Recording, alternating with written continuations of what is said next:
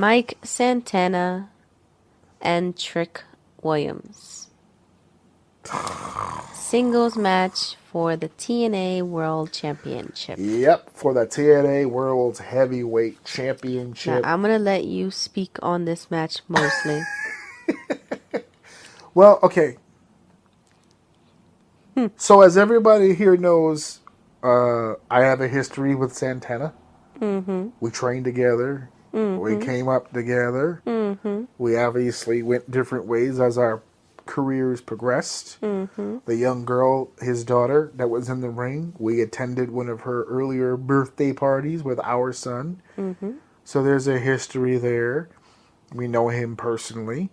But we also know Ortiz personally as well. And that's where the relationship really began with me and the team. I've told the story on the show before. I was in the room as Fighting Spirit Wrestling at the Ludus when the idea came up to even make them a team. Because at that point, remember when we started FSW, they were not a team. They were two individual wrestlers that just happened to be friends, but they weren't friends like on camera or anything like that. They were just two dudes. And they had pitched wanting to be a team together. And I remember being in the room, and I was one of 2 or 3 people of like the 6 or 7. I just thought, this is the worst idea ever. They're so different. And they're so almost polar opposites of each other. This can't work. And it did. As a matter of fact, when I had them on my show, when they were the TNA World Tag Team Champions, I ate the crow.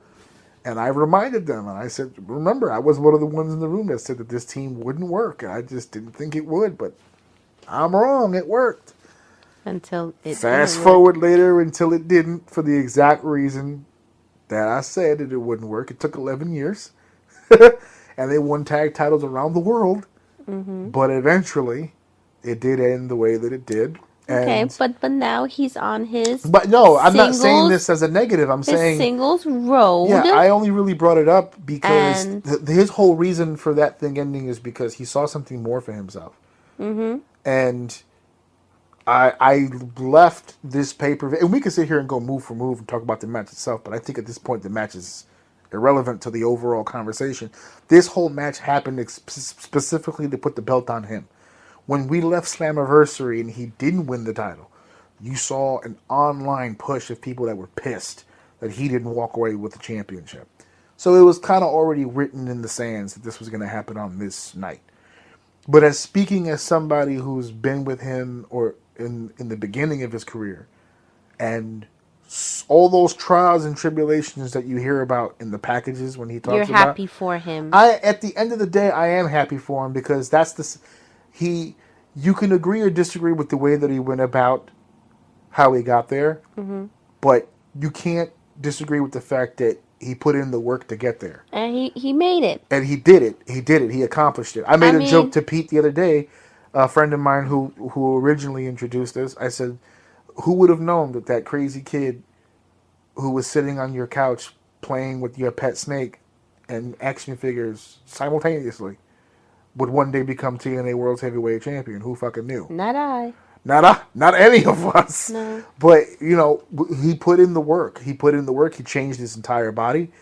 He healed from all those injuries. He changed his entire body. Entire look. He changed it up. Yeah. I mean, we and- could agree to disagree on the gimmick, which we have in the past. Yeah. But I mean- he made everything that he did work because he believed in everything that he did. Mm-hmm. So for that aspect of it, I've got nothing but support and happiness that he became TNA World Heavyweight Champion. He's very proud of that moment. Yeah, and I'm happy for the family. I'm happy the family was there. They were all in Lowell, Massachusetts. Is this his doing first singles belt? in TNA? Yes. No. Maybe ever. That's what I'm wondering. I can't. He obviously didn't win one in AEW. Not in Puerto Rico? Yes, he did win a heavyweight championship in Puerto Rico. Obviously, former House of Glory heavyweight Did he champion. out Puerto Rico the Puerto Ricans there? Well, you know what? Because his gimmick is Puerto Rico. That's what I'm saying.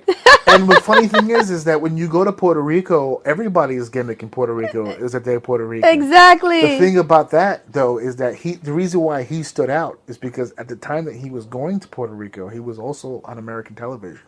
So he was treated a little better over there. He wasn't like a young up and comer who was getting an opportunity in Puerto Rico. He was coming in as a guest, as like a star from other big companies.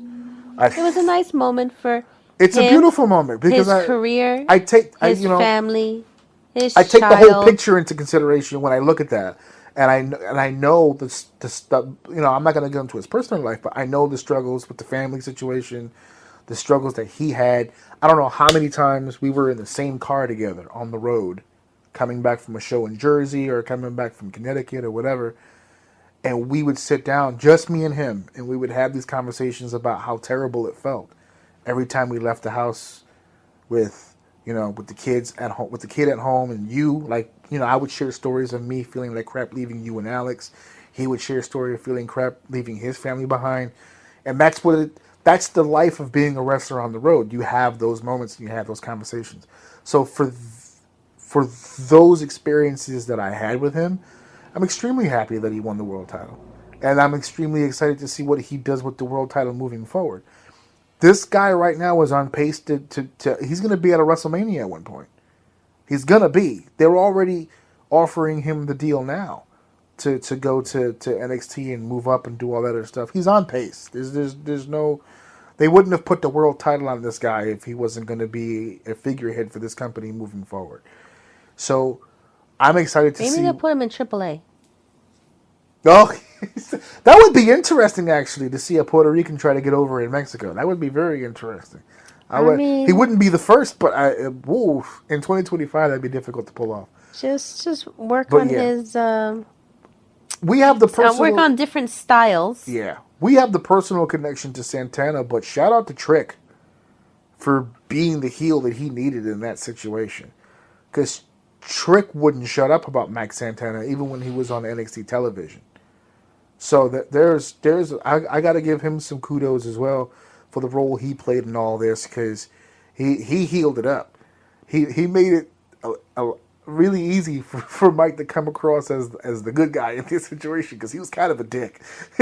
Trick and A, he was doing all that garbage. Now Trick can focus back to being just an NXT superstar and stuff. And we'll see what moves of it. But they say in wrestling, you're only as good as your last match. Okay, he got his WrestleMania moment for TNA, Bound for Glory. He got his Bound for Glory moment.